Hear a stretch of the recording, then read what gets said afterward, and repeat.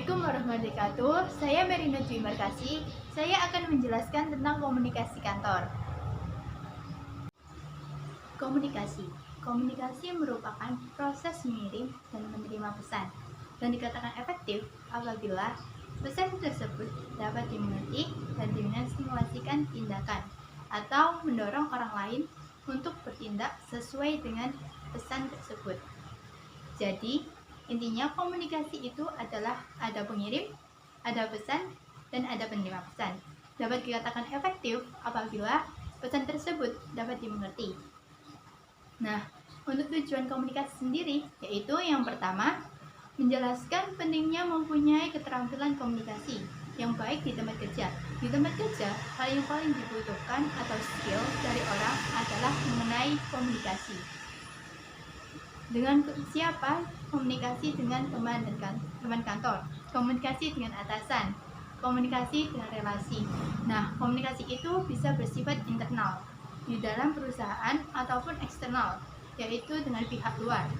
Yang kedua, menunjukkan perbedaan pokok antara seluruh komunikasi formal dan informal. Nah, jadi kita bisa mengetahui perbedaannya. Bagaimana kita bisa berkomunikasi secara informal dan informal. Contohnya adalah misalkan di dunia perkuliahan. Kita dapat membedakan bagaimana komunikasi dengan dosen dan bagaimana cara kita berkomunikasi dengan teman sebaya.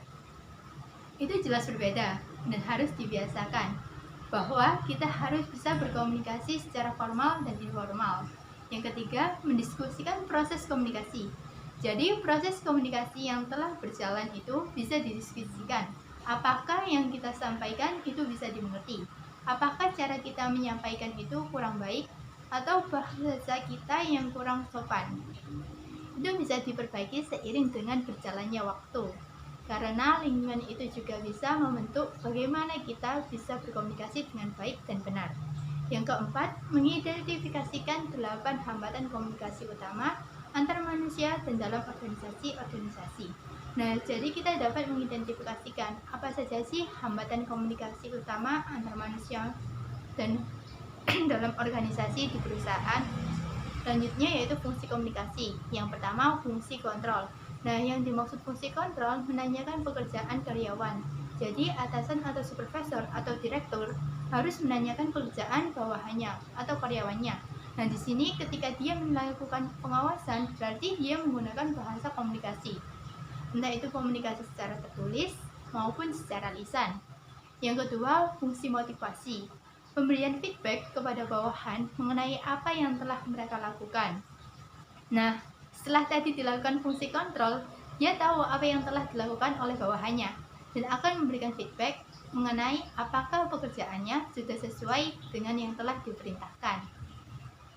Yang ketiga, fungsi emosi. Contoh, ketika tidak puas sama dengan menyampaikan ketidakpuasannya. Biasanya seseorang yang tidak puas dengan sesuatu terhadap apa yang dilakukan oleh bawahannya, biasanya emosi itu bakal meledak. Nah, disinilah peran fungsi komunikasi itu berperan. Di situ dia harus bisa melakukan kontrol emosi. Yang keempat, fungsi informasi. Fungsi informasi ini sangat bermanfaat dalam pengambilan keputusan. Dalam manajemen ini yang berkaitan dengan fungsi kontrol, fungsi motivasi, dan fungsi emosi itu tadi. Selanjutnya, yaitu komunikasi itu pasti harus berjalan dengan efektif.